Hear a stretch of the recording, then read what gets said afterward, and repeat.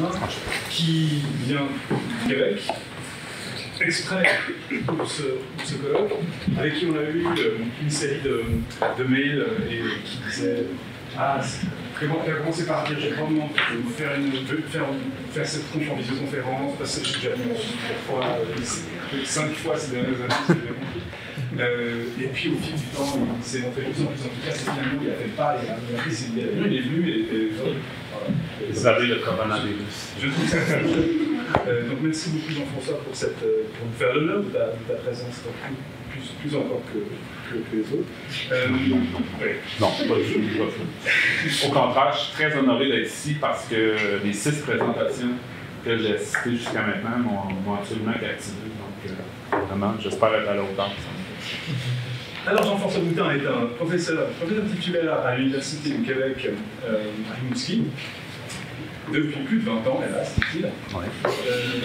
Il est membre de la chaire de recherche de l'UQAM en littératie médiatique multimodale. Il est co-directeur du laboratoire de didactique leminier.com à l'UQAM. Il est rédacteur adjoint de la revue scientifique en ligne R2LNM. Et dans ses publications récentes incluent une contribution toute récente, datant de 2020, au dictionnaire de la didactique de la littérature chez Léon Champion, et également un essai critique, Posthumanisme, éducation, littératie multimodale et médiatique, une injonction, 2019. Voilà. Et donc, son intervention, vous pouvez en lire le titre ici, je ne le dédie pas, je m'attarder plus longtemps, je connais ça. Merci beaucoup. Alors, je suis vraiment très heureux d'être parmi vous. C'est extrêmement riche. Ces petits colloques-là sont souvent, avec ma vieille expérience maintenant, les plus stimulants, les plus enrichissants. J'ai tellement bien fait de traverser. Donc, aujourd'hui, je vais vous parler d'un projet que je mène avec une enseignante de 2e secondaire au Québec, donc qui enseigne à des élèves de 13-14 ans. Des élèves qui sont en difficulté d'apprentissage au niveau linguistique, mais qui ne nécessitent pas ces difficultés-là un redoublement. Donc, le fait qu'ils retourneraient, qu'ils devraient reprendre leur 2e année de secondaire. Je travaille, moi, beaucoup. Mon poste officiel, c'est un poste d'orthodidacticien. L'orthodidactique, c'est quelque chose de propre au Québec. Donc, disons qu'on travaille avec les élèves en difficulté pour essayer de les ramener tranquillement, pas vite, vers une pratique plus facile ou aisante ou naturelle de la langue. Donc, c'est mon travail que je fais depuis déjà très longtemps. Et il y a une enseignante donc, qui est venue me voir et qui, connaissant mon champ d'expertise, m'a dit « J'aimerais ça qu'on essaie quelque chose par rapport à l'écriture du polar en 2e secondaire, parce que chez nous, c'est au programme, c'est dans les instructions officielles, dans les prescriptions. Les élèves de 13-14 ans doivent apprendre à tout d'abord lire du polar, romans, nouvelles, et bien sûr à en écrire aussi, et ils sont évalués. Il y a une épreuve ministérielle de fin d'année qui porte là-dessus. Et ce qu'elle constate depuis des années, c'est que ces élèves ont énormément de difficultés à accomplir ces tâches-là. Pas tant du côté de la réception, mais beaucoup plus du côté de la production littéraire, donc la rédaction de polar. Difficile. Et ce qu'elle constate surtout, c'est que ces élèves sont pris dans un cycle de redondance qu'elle qualifie d'abyssal. C'est-à-dire qu'elle lit toujours les mêmes nouvelles littéraires depuis une quinzaine d'années. Donc, elle n'en peut plus, elle veut changer sa pratique. Et une idée lui est suggérée par des élèves de l'an dernier. Ces élèves sont des adeptes d'un très vieux jeu, jeu de rôle, on pourrait dire que la dimension holistique est assez minimaliste, mais malgré tout, ce jeu s'appelle Clou. Et c'est un jeu d'enquête, vous le connaissez probablement, bien sûr. C'est un jeu qui date de la Deuxième Guerre mondiale, dans le fond. Il a été conçu durant la Deuxième Guerre mondiale. Il a été mis en marché en 1949, donc c'est un jeu qui a déjà 71 ans. Et c'est surtout une franchise hyper médiatique, si vous me permettez l'expression, parce que Clou, c'est devenu, au fil du temps, un film en 1985, donc une adaptation filmique C'est ensuite passé du côté des séries télévisées. Jeux vidéo dès 1992, 1998. Application, donc jeux sur appareil mobile depuis 2016. Version très capitaliste, si vous me permettez l'expression, parce qu'il faut investir une somme assez colossale dans l'application pour être capable d'évoluer dans le jeu. Et malheureusement, cette appli-là, cette dernière version-là, est plutôt tournée vers le jeu contre l'intelligence artificielle. Des livres, donc des romans jeunesse dans les années 90, plusieurs versions du jeu aussi, du jeu de table. Et surtout aussi aujourd'hui, puis tout à l'heure on en parlait dans une question qui a été posée à Géraldine, une pratique de fanfiction qui est en train de se développer tranquillement pas vite, sur YouTube notamment. Je vous invite à aller voir Minecraft Clue. Vous allez être impressionné de voir là une émergence, une fusion entre deux univers. L'univers donc du jeu Minecraft que vous connaissez bien sûr, le jeu de briques virtuelles, et donc une proposition d'interprétation par des fans, des jeunes fans du jeu de clous. Je salue le LS Lausanne en passant. Des ouvrages auxquels on a contribué. Donc, on a été les premiers dans le monde francophone à parler du concept de littératie médiatique multimodale. Donc, c'est un concept qui a de l'air un peu complexe, mais je vais vous simplifier une explication tout à l'heure. Donc, au fil du temps, on a quand même été assez actifs. Et je vous attire vers Monde profane, enseignement, fiction et histoire. C'est un immense collectif québécois où on s'est intéressé à toutes les formes médiatiques de traitement de l'histoire. Donc, séries télévisuelles, jeux, évidemment, jeux numériques, jeux conventionnels, séries télévisées. Dans mon cas, j'étais responsable du chapitre sur la bande dessinée historique, qui incluait notamment le roman graphique, dans lequel on a proposé une typologie. Donc, c'est un ouvrage vraiment intéressant qui est récent, 2018, et qui va être réédité et augmenté en 2020. Donc, si jamais ça vous intéresse d'en savoir plus, vous pourrez me faire signe. Rapidement, aujourd'hui, je vais vous parler un petit peu de jeu et de multimodalité. Le jeu, je vais l'aborder dans 4 perspectives. Donc, je vais l'aborder du côté de la virtualité, ensuite du côté de la mimésis, du côté de l'illusio, et du côté de la transaction de sens, donc un peu d'épistémologie autour du jeu. C'est important parfois de revenir au sens des choses. Et on regardera ensuite Clue.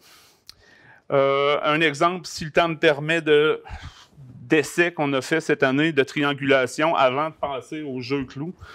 Ensuite, le dispositif. Moi, je suis un didacticien, je suis intéressé par la transposition. Malheureusement, je suis très là-dessus. Je suis un grand disciple de Chevelaar, donc c'est ma préoccupation première, la transposition en classe des savoirs. Donc, on va regarder un dispositif qu'on veut construire avec cette enseignante-là. On va faire ça dans le cadre d'une méthode de recherche qu'on appelle la recherche-développement. Donc, je vous présente très rapidement à quoi ça consiste, cette recherche-développement-là. Puis ensuite, je conclurai avec une proposition peut-être un peu audacieuse en disant que le jeu, notamment le jeu de rôle, est une pratique post-humaniste. Voilà, c'est parti. Si on regarde une définition triviale, en tout cas comme malgré tout intéressante dans Wikipédia, on voit que la notion de jeu est malgré tout bien définie d'un point de vue étymologique. Hein. Donc, on parle de giocare, s'amuser, se divertir en bas latin. Et donc, ça fait longtemps que ce concept-là est lié à la notion de plaisir, de divertissement. Il y a une pluralité de définitions, donc on retrouve, surtout dans mon domaine en éducation, le jeu est plus ou moins bien vu, hein, notamment en didactique. Pourtant, on travaille avec des approches, notamment les jeux littéraires, soit en écriture, soit en enseignement de la lecture, et ça donne des résultats toujours très intéressants. En tout cas, essayons de dire que le jeu, c'est une activité qui est non pas désintéressée, mais intéressée. Et là, je réfère spécifiquement à Bourdieu par rapport à cette idée-là. Donc, on ne joue pas pour rien. C'est pas vrai qu'on joue sans raison. Il y a toujours une raison. Et cette raison-là, elle est intéressante à mettre en lumière. Et ça nous ramène aussi à l'effet de réel. Hein. On sait que le jeu est en partie une distance face à la réalité. On est dans le vraisemblable. Donc, cette définition-là est quand même intéressante, mais il y a un problème lorsqu'on parle du sport. On joue. On joue au foot. Hein. On joue au hockey à Fribourg. Et vous êtes dans la capitale des Jeux olympiques ici. Donc, c'est pas nécessairement du même acabit. Donc, ce matin, Gaspard a parlé de Deleuze. J'étais très content qu'il évoque Deleuze parce que je veux évoquer son idée de virtualité qui évidemment, il a pris chez Bergson. Et on peut considérer le jeu comme une expérience concrète du virtuel, c'est-à-dire en tant que rencontre entre un aspect idéal ou idéalisé du réel.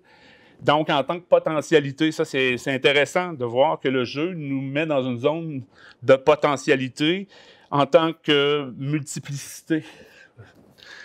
Et Peirce, le grand spécialiste de la sémiotique, qui est un mathématicien par ailleurs, disait que la virtualité, c'était le as-if. Alors, ça peut être une définition qui est intéressante à proposer, notamment aux élèves. Nous, on l'a expérimenté, on leur a proposé cette idée-là de as-if, de faire comme si. Et ça résonnait chez eux. Autre approche du jeu que je trouve très intéressante, et là, je vais la chercher chez votre collègue Baroni, qui a fait une étude assez fulgurante des travaux de Ricard. Et Raphaël disait ceci, hein, en parlant de la mimésis, en disant que c'était l'ensemble des rapports dialectiques entre notre expérience du temps et sa reconfiguration narrative. Alors, si on prend pour appui que le jeu est en partie une fiction, donc on peut l'inscrire dans cette perspective-là qui était si chère à Ricard, donc cette idée de préconfiguration, de reconfiguration, de configuration du réel. Donc, lorsqu'on joue, on est dans un réel qui est dur à palper. Est-ce un réel matériel? Non. Oui, quand on a des accessoires de jeu. Donc, il y a quand même une marge de réflexion intéressante ici. Là où ça devient encore plus intéressant, et là, je vous fais un joli clin d'œil, les amis, c'est par rapport à vos chicanes entre Fribourg, par exemple, et Lausanne. On m'a dit à Fribourg que c'était le seul endroit où on pouvait manger de la fondue en Suisse à cause du vacherin. Et on m'a dit que c'était le vacherin ou rien d'autre et qu'à Lausanne, ils ne connaissaient pas la fondue. Alors, quand vous rencontrerez des gens de Fribourg, vous pourrez leur répliquer. Pourquoi la fondue? Jean-Louis Dufayis, dans une thèse absolument extraordinaire qu'il a publiée au début des années 90, mais qui a remanié, qui a revisité en 2010, nous parle du phénomène de stéréotypie. Et ça, c'est une idée fondamentale. Il a réussi à démontrer comment la littérature se développe par stéréotypie, comment les pratiques culturelles se développent par stéréotypie, et que ce sont des variations sur des thèmes très communs, hein, et que dès qu'on se met en posture de fictionnalisation, ben, on part toujours de quelque chose qui préexiste. Et donc, ça va nous ramener ça à la notion aussi d'architecte chez Genette et bien sûr d'hypertexte. Donc, vous avez la fondue fribourgeoise, vous avez ensuite la fondue lausannoise et vous avez notre piètre version au Québec, la fondue bourguignonne, mais à la québécoise, donc dans du bouillon de bœuf. Alors, vous voyez que l'espace des possibles est très grand et c'est là que les stéréotypes sont intéressants à considérer parce qu'ils nous permettent de partir de quelque part pour aller au moins, donc de partir d'un point A pour nous rendre à au moins un point B, idéalement C, D. Donc, en termes du jeu, il y a là quelque chose de fécond, à mon avis, à retenir comme idée. L'hypermédia, bon, ben, je l'évoquais tout à l'heure, hein? Le jeu aussi, puis ça a été évoqué ce matin, je crois que c'est Olivier qui en a parlé, mais peut-être que je me trompe, mais je sais que ça a été évoqué ce matin. On peut considérer le jeu comme un hypermédia parce que il part de quelque part, on peut remonter à une source et il y a des transformations. Et c'est intéressant parce que Genette, quand il a réfléchi à ces idées d'hypertexte-là, on n'était pas encore dans un univers numérique. Donc, de voir comment aujourd'hui la notion d'hypertexte, d'hypertextualité est fondamentale lorsqu'on s'intéresse aux pratiques numériques, on peut voir qu'il avait bien préfiguré ce qui allait venir dans les décennies qui allaient suivre. Donc, on pourrait dire que le jeu, dans ce sens-là, est un hypermédia. Parce qu'il peut être intermédia, paramédia, métamédia et même archimédia. Et l'exemple de Clou est très intéressant. Hein? On peut remonter au Clou original, mais même le Clou est un jeu qui est dérivé d'une pratique littéraire où on écrivait donc du polar déjà, avant même qu'on ait l'idée de le transposer en jeu. Très rapidement, ici, le jeu comme Illusio, bon, pour les gens qui ont lu Bourdieu comme moi et qui ont essayé d'y comprendre quelque chose, moi, j'y ai voué ma thèse. Bourdieu rappelait l'idée d'illusio, et c'est une espèce de mise en abîme, hein, cette idée d'illusio-là. Donc, il parle du jeu comme étant un jeu social, hein, où il y a des complicités entre ce qu'il appelle nos dispositions, nos goûts, bref, l'habitude, et les structures objectives de l'espace social. Donc, c'est intéressant de voir que même un type comme Bourdieu va considérer l'acte social, l'action sociale, comme étant un jeu. Donc, nous sommes des joueurs, et c'est donc tout naturellement que nous allons pratiquer des jeux, notamment des jeux de rôle ou toutes sortes de jeux. Donc, il y a là, encore une fois, au point de vue anthropologique, une réflexion intéressante à amorcer. Moi, où on rejoint un peu plus nos jeunes, où c'est plus facile de leur parler du jeu, c'est lorsqu'on leur parle de transactions. Donc, lorsqu'on joue, on échange. Qu'est-ce qu'on échange? On échange du sens. Donc, je suis dans un jeu de rôle comme, par exemple, ceux qui ont été évoqués aujourd'hui. Il y a des transactions qui sont faites. Le maître de jeu dirige les transactions, etc., etc.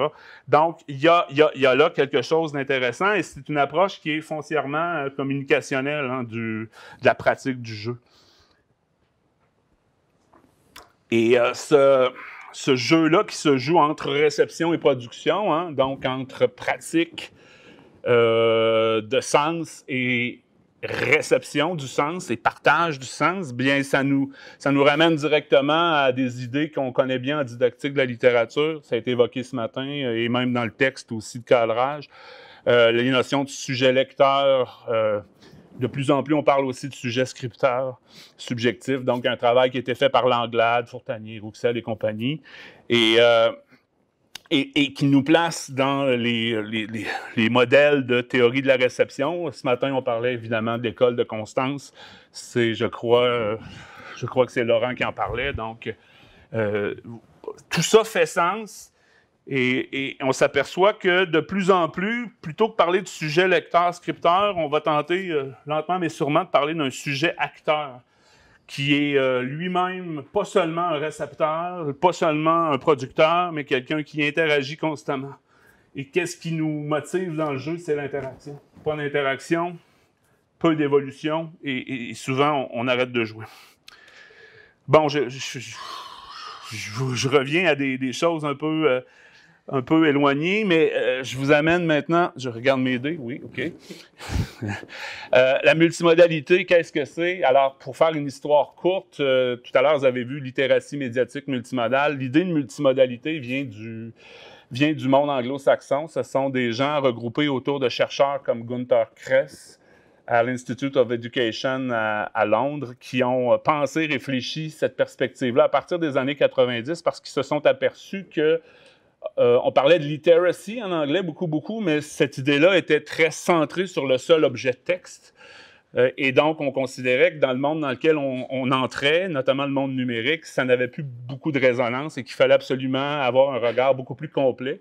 Donc, un regard plurisémiotique, s'intéresser donc aux différentes façons d'incarner le sens. Et dans la foulée du New London Group, etc., ben là, Kress et compagnie se sont mis à vraiment théoriser et à aller vérifier aussi empiriquement leurs propositions théoriques.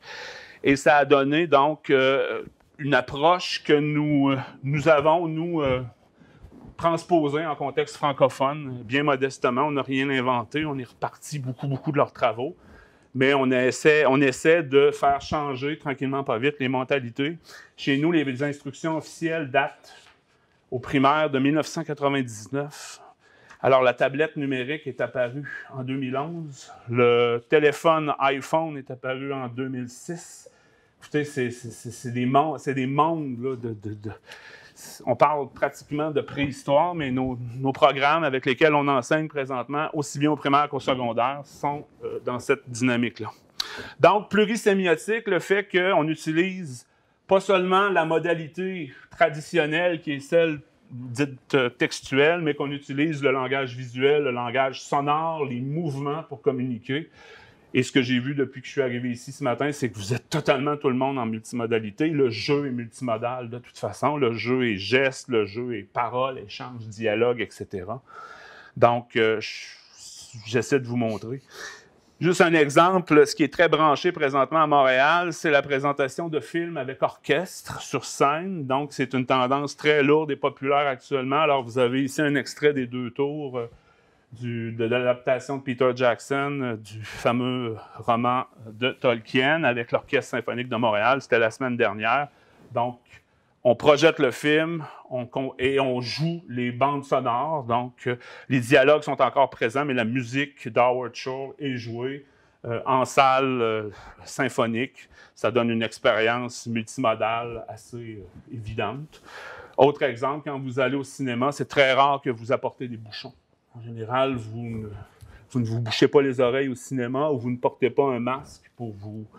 Vous avez besoin de toute l'information possible pour bien traiter. Comme en bande dessinée, par exemple, on ne fait pas que regarder les images, c'est faux, c'est pas vrai. On utilise le texte et c'est l'interaction surtout entre texte et image, entre son et bande visuelle, images mobiles, etc. Donc, c'est ça la multimodalité, c'est pas compliqué, vous comprenez bien ce que c'est. Sauf qu'on a de la misère à la faire entrer en classe de français parce que les profs de français sont, et je suis un prof de français, on est obsédé par la langue écrite. Donc, nous, ce sont les symboles alphabétiques. Cette langue, ces 26 caractères-là qui font de nous des chasseurs d'orthographe rectifiés, etc. OK. Là, il me reste juste 2D. J'accélère. Clou. Clou, donc, un autre exemple d'ensemble multimodal. Clou, c'est multimodal. C'est un jeu où on doit se déplacer de pièce en pièce. On fait des accusations. On doit trouver qui a tué le personnage qui a été caché dans une enveloppe et avec l'arme qui a été camouflée aussi. Et aussi l'arme, la pièce. Et qu'est-ce qu'on doit trouver d'autre aussi? Pardon? Ben oui, le coupable, c'est ça, la personne. Oui. Juste la pièce et l'arme, c'est pas très utile. Donc, c'est un ensemble multimodal et au Québec, étrangement, ce jeu-là fait partie de nos mœurs. À peu près tous les enfants québécois grandissent dans leur famille et jouent à Clou. C'est comme un passage obligé, c'est un symbole culturel. Je ne sais pas pourquoi, je ne sais pas pourquoi l'expliquer anthropologiquement. Donc, tous les élèves arrivent au secondaire et ont déjà une expérience de ce jeu-là, d'où l'idée de l'enseignante d'essayer de mobiliser ce jeu-là en classe. J'avais un exemple à vous montrer, mais je n'aurai pas le temps. 2D, parfait. Le dispositif, donc, qu'on a voulu créer pour répondre aux besoins de cette enseignante-là et de ses élèves, c'est un dispositif donc, qui va jouer évidemment sur l'interaction entre la réception et la production. Vous le devinez, il est multimodal. Mais c'est surtout ce que j'ai placé en bas, c'est qu'on veut placer le jeu au cœur de l'interaction entre réception et production. Donc, pour nous, le jeu va être le moteur. Et dans 2 petites minutes, je vous montre à quoi ça va ressembler. Parce que là, ce qu'on fait, on s'en va en recherche-développement Alors, la recherche-développement, c'est une posture de recherche qui vient des États-Unis, mais qui est rendue très implantée en Amérique du Nord. En Europe, c'est pas encore hyper développé, du moins en éducation. Là, je mets des bémols, mais en éducation, notamment en didactique. Alors, grosso modo, qu'est-ce qu'on fait en recherche-développement? On suit les 5 étapes qui sont là, c'est-à-dire qu'on part d'un besoin réel de la classe ou d'un enseignant. À partir de cette analyse de besoin-là, on va développer un cahier de charge et là, on va designer, si vous me permettez l'expression, un prototype et on va surtout mettre ce prototype-là à l'essai. Vous voyez que c'est très lié au développement industriel, comme on développerait un nouveau jeu. Ce matin, Olivier parlait de son jeu qui est justement en cours de mise à l'essai. C'est exactement ça. Sauf qu'on le fait à partir de dispositifs didactiques. Et il y a toute une série d'appuis, des textes que j'évoque là, Loisel et compagnie, qui ont très, très bien documenté cette approche méthodologique-là. Donc, le besoin que nous, on a identifié, c'était le fait qu'il y avait une redondance textuelle et évaluative très pénible pour l'enseignante. Ces élèves trouvaient très pénible leur passage dans l'univers du polar, alors que ça peut être un univers fascinant à explorer. Donc, on s'est donné comme charge de développer un dispositif didactique qui sortirait de l'approche centrée seulement sur le texte, mais qui ouvrirait à toutes les autres possibilités sémiotiques, donc le visuel, le sonore, etc., qui serait évidemment transmédiatique, qui nous amènerait d'un média à un autre, et qui serait malgré tout ministériel, c'est-à-dire qu'on serait capable d'amener les élèves à leur passation de l'examen. Donc, on va développer, on va se mettre en scène dès l'automne 2020. Alors, le projet n'est pas encore démarré. Ça sera à l'école L'Odyssée, une école secondaire à Québec, et je serai moi-même en classe avec l'enseignante pour documenter tout le processus. Et il y aura probablement une autre mise à l'essai l'année suivante parce que c'est un processus itératif. C'est pas vrai que la première année, tout va bien fonctionner, etc. Donc, notre prototype, il va falloir le revalider. Ça s'est comme ralenti, c'est bien. OK. Donc, en quoi va ressembler le fameux prototype, notre fameux dispositif. Alors, voici, grosso modo, on est encore en train de travailler ça et on est à le valider aussi, ce devis-là, avec les élèves actuels de l'enseignante. Donc, on va évidemment jouer à clou. Hein, vous devinez qu'on va jouer. Mais on ne va pas juste jouer comme prétexte. Ce ne sera pas juste une amorce pour se mettre en marche vers... Vous allez voir, vous allez comprendre un peu plus tard. On va commencer par jouer pour après ça, à partir de ces premières expériences-là, souvenirs qui vont être réactivés parce que, comme je vous disais, il y a beaucoup de Québécois qui, la très grande majorité des Québécois ont joué ou jouent encore à clou. Et ensuite, ben là, on va se poser la question, et là, ça évoque un peu ce que Géraldine proposait, donc passer du roman, aller vers l'univers de la chevalerie, l'univers du jeu de rôle, et ensuite revenir au roman. Ben nous, on va faire un peu la même chose, sauf qu'on le fera à l'échelle de la nouvelle littéraire. On va donc on va faire produire une nouvelle littéraire. On va aussi, bien sûr, poursuivre la lecture. Elle est obligatoire. Il faut lire des romans et des nouvelles au secondaire, en secondaire 2. On va aussi donner des contraintes clouesques. C'est l'expression de l'enseignante. Donc, on va essayer... Elle veut retrouver des fragments de clous dans les nouvelles littéraires qui vont être produites initialement. Et ensuite, on va rejouer à clous, évidemment, puis on va faire des liens entre ce qu'on a fait dans le jeu et ce qu'on fait en pratique. On va comparer les univers, comment se constituent les univers à la fois dans le jeu et à la fois dans la nouvelle littéraire, les univers policiers. Donc, c'est là qu'on va avoir un tableau comparatif entre les médias, entre le jeu et la nouvelle. Et là, ensuite, on retournera réécrire, si vous voulez, cette nouvelle-là, mais avec un but très différent, c'est qu'on va, comme activité de transmédiatisation, on va plutôt vouloir vivre le jeu, mais de façon réelle. On va, pas réelle, mais on va le transposer en contexte grandeur nature. Donc, on va organiser avec les élèves, à l'école, des séances grandeur nature où on va jouer, mais dans l'école, on va transposer. Donc là, on travaille là-dessus présentement et c'est grosso modo ce à quoi va ressembler notre dispositif. Combien? J'ai fini? Eh bien, joli. OK, c'est bon. Ben, je m'arrête ici et juste cette figure. Si ça vous intéresse, on poursuivra la discussion, mais juste pour vous dire que le jeu est un acte post-humaniste. Toutes les personnes ici autour de la table, vous êtes engagés en post-humanisme. Attention, pas post-humanisme dans le sens littéraire où on parle de transhumanisme, non, dans un post-humanisme philosophique où on essaie de repositionner le rôle de l'être humain et c'est tous les jeux qui ont été évoqués et ceux qui seront évoqués demain participent à ce projet post-humaniste-là. On pourra en reparler, je m'arrête ici, merci, voici mes coordonnées. Voilà.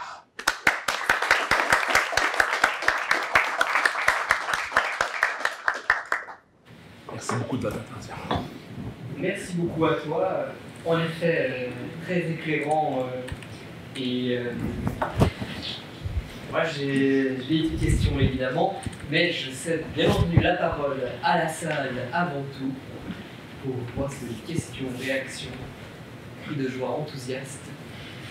Thomas. Moi j'ai une question. Tu es passé très rapidement à travers un grand nombre d'auteurs et je suivais jusqu'au moment où tu t'es passé à Dufay, et là je me suis dit, là je ne vois pas. Okay. Et après coup, je crois que j'ai compris, mais tu vas me dire si j'ai bien compris. D'accord. Donc si j'ai bien compris, le rapport à la stéréotypie de Dufay se positionne dans le cas précis de l'apprentissage, une sorte d'apprentissage de la littératie à travers le jeu pour aller vers le polar, par en fait l'acquisition d'un certain nombre de réflexes stéréotypés par rapport au code du genre, en quelque sorte. C'est ça. Oui, et par rapport à la velléité de s'écarter lentement mais sûrement de ces stéréotypes-là. Parce qu'au départ, on les reproduit et de plus en plus, on va les individualiser, on va se distancier des stéréotypes. Et Dufay, sa thèse, ce qu'il a démontré en littérature, c'est qu'il a démontré que la littérature s'est développée par ce phénomène-là. Et que c'est grâce à ces stéréotypes-là qu'on est capable d'élargir au maximum le champ des possibles en littérature. Et moi, l'hypothèse que je fais, c'est que si ça s'applique à l'univers fictif traditionnellement appelé littérature, bien évidemment que le jeu a tout à fait ça sera la même résonance dans l'univers du jeu. Et si on regarde comment on apprend à jouer aux différents jeux, au départ, on a des pratiques relativement stéréotypées, mais plus on avance dans les jeux, plus on individualise nos pratiques, plus on rebrasse les cartes. Mais à la base, on part tous d'un même point de départ, qui est ce fameux stéréotype-là. Et c'est là que c'est très riche de voir le lien entre jeu, fiction littéraire et stéréotypie, à mon avis. Oui. Avec ceci, enfin j'insiste là-dessus parce que ça me paraît essentiel, du genre littéraire en particulier, qui est très codifié, qui demande... Qui est très stéréotypé. Qui est très stéréotypé et qui est un texte fermé au sens d'écho. Tout à fait. Qui est très dirigé. Absolument. Dans la lecture très dirigée, et donc du coup on peut aussi sortir plus facilement. C'est-à-dire qu'à partir du moment où c'est très dirigé, c'est très stéréotypé, ça veut dire aussi que c'est très caricaturable. Au départ, et ensuite on défait et déconstruit la caricature, à mon avis. Et les élèves, eux, aiment bien avoir au départ ces stéréotypes-là, leur faire prendre conscience de stéréotypes et surtout de leur démontrer comment on peut s'en éloigner. Et le polar est un très bel exemple, parce que bon, on part toujours avec un enquêteur, un meurtre, etc. Clou est extrêmement stéréotypé, c'est toujours des pièces. Et là, on peut les amener à, lentement mais sûrement, s'éloigner de ces schèmes-là qui sont au départ absolument nécessaires pour pouvoir s'éloigner. Merci. Je rebondis un petit peu sur cette histoire de stéréotypes, parce que là on a un lien quasi direct avec ce dont Laurent parlait tout à l'heure, oui, tout à fait. Avec la littérature, c'est toute la mythologie scandinave qui est quelque part très stéréotypée dans ses versions modernes, on va dire, et il faudrait reprendre le recul un petit peu des différentes sources et des différentes éléments originels pour retrouver la richesse. Et c'est pour ça que je considère que l'ouvrage de Dufay est absolument incontournable parce que ça nous ramène vraiment au mécanisme génétique. Hein. On comprend la genèse à la fois des univers de fiction et des univers ludiques aussi. On est capable de remonter le courant. Ce qui est intéressant, c'est qu'en fait, ces stéréotypes, on part de sources multiples.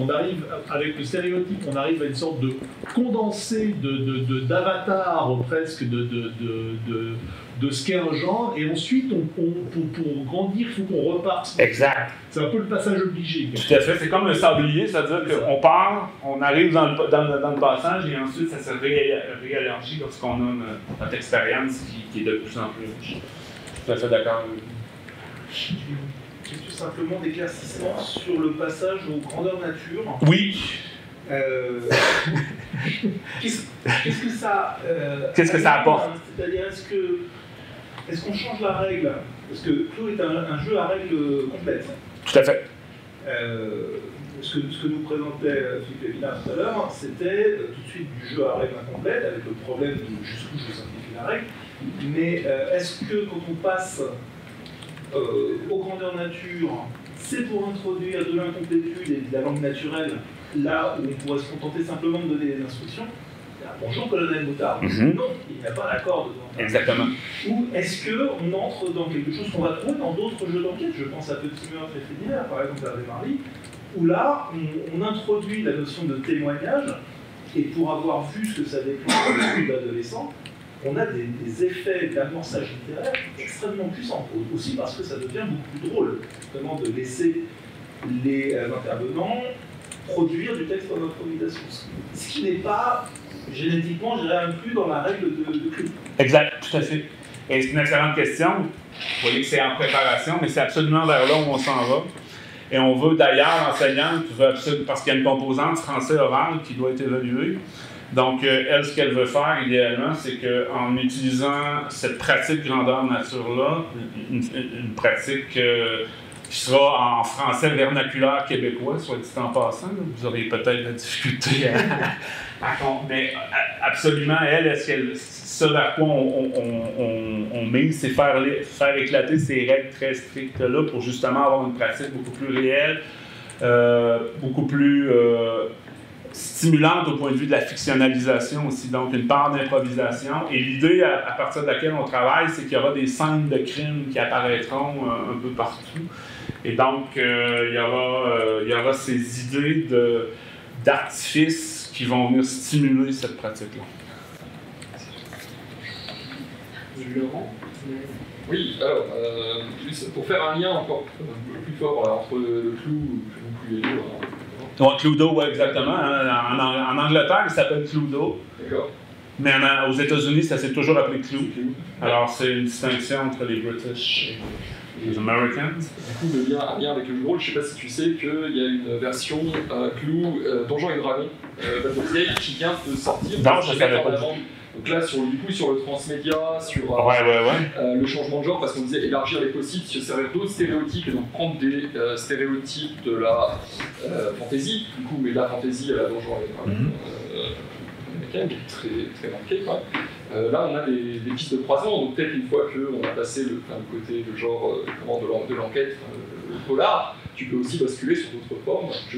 Et en fait, ce qu'il y a, c'est que c'est Hasbro qui possède les deux licences, et du coup, ils font du cross-marque entre eux. Hasbro possède Wizards of the Coast, qui possède Donjons et Dragons, et ils ont les deux. Donc ils s'amusent à faire des croisements, et actuellement, ils font la promotion de Baldur's Gate, parce qu'il y a un nouveau jeu vidéo qui va sortir, le troisième 20 ans après, et ils ont fait une campagne de jeu de rôle Donjons et Dragons, et en même temps ils sortent de ça, donc ça tient du produit dérivé en même temps, donc c'est intéressant en termes de stratégie marketing, mais ça peut faire des questions sur la transmédialité. Alors là, on ne cherche pas bien, je crois qu'il y a un truc, on court après un démon.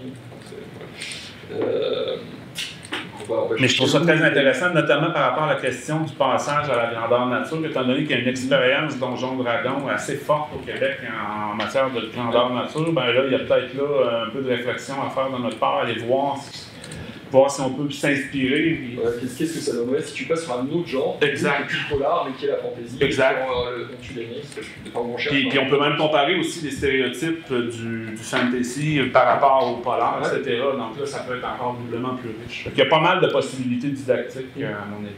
On verra ce que ça va donner. Je ne connais pas le clou Donjons et Dragons. Du coup, je vais avoir un avis très ignorant là-dessus, mais peut-être un peu méprisant, donc je m'en excuse.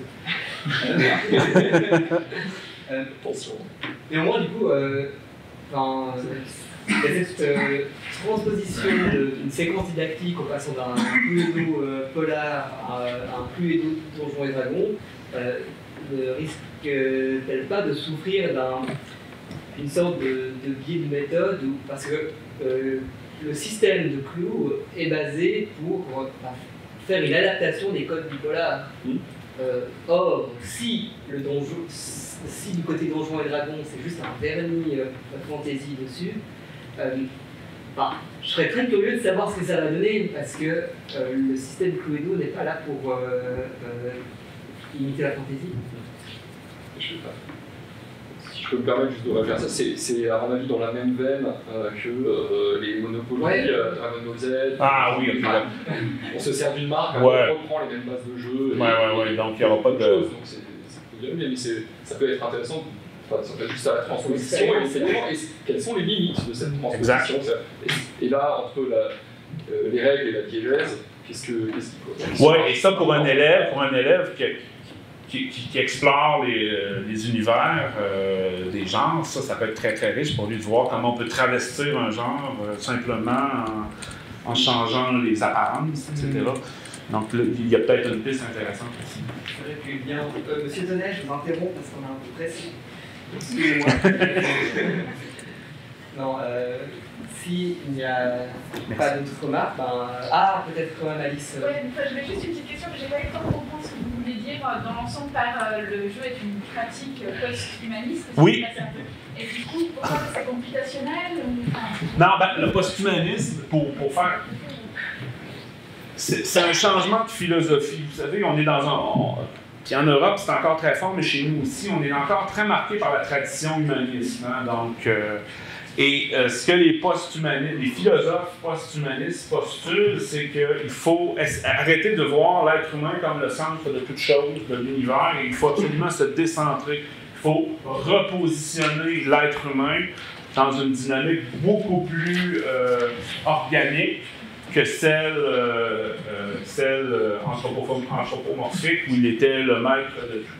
Et c'est un peu ça qui est intéressant de voir, que par des pratiques, par exemple le jeu, comme celles qui existent présentement, que ce soit les jeux de rôle, les jeux vidéo, etc., comment il y a une communauté d'esprit qui se forme, comment on brise les chaînes traditionnellement associées à l'humanisme classique. Donc, c'est un peu ce que je voulais dire très rapidement. Voilà. Merci beaucoup. Pardon, vas-y. On va changer de...